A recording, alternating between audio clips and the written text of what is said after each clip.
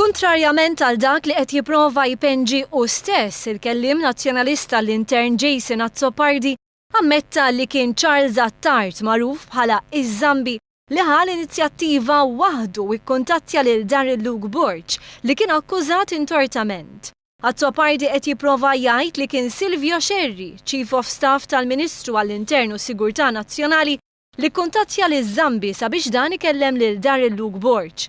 Jason Azzopardi qed jipprova juża affidavit li għamlet Darryl Luke Borg sabiex jikkonferma dan, iżda kliem Azzopardi stess xejnu l-allegazzjonijiet tiegħu. L-affidavit jgħid illi Charles Attard ikkuntattja lil Borg, Darryl Luke Borg, li ċempel il-baba tiegħu ma qalilix li Attard semma l-isem tal-persuna li ħejtaw miegħu, però qalilha hija li ikellmek xi ħadd. Il-Kummissarju tal-Pulizija Peter Paul Zammiti konferma li mill-ispezzjoni tiegħu tar-records tat-telefonati jirriżulta li kien Darryl Luke Borg li kkuntattja lill-Ministeru u mhux bil-kontra. Issa d-diska tal-Partit Nazzjonalista inbidlet. Kif Beppe Fenekadami qed jagħżel jgħid li hija kwistjoni insinifikanti min ikkuntattja lil min l-ewwel.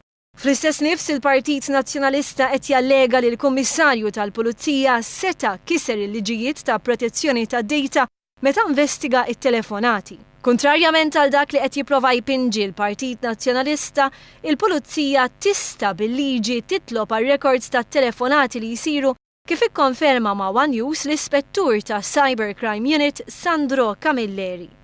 Il-Pulizija għandha l-mezzi kif tista' titlob lis service providers f'Malta il-call profiles tat-telefonati.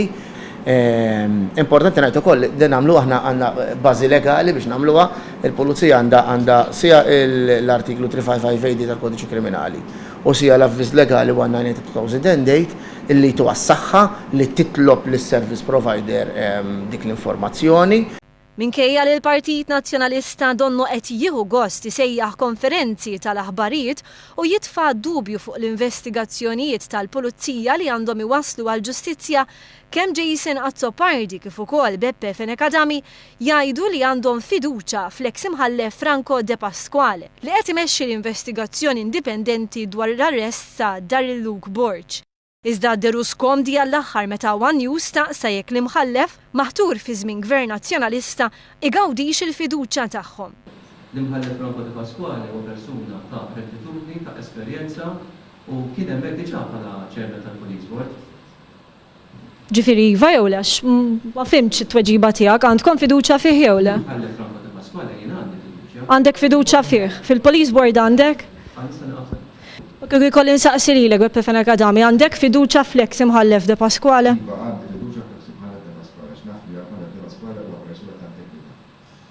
Quddiem dikjarazzjonijiet bħal dawn wieħed jistaqsi jekk il-Partit Nazzjonalista għandu fiduċja f'min qed imexxi l-investigazzjoni għaliex qed jippreżenta fatti mhux veritiera f'konferenza stampa wara l-oħra biex ixekkel l-investigazzjoni.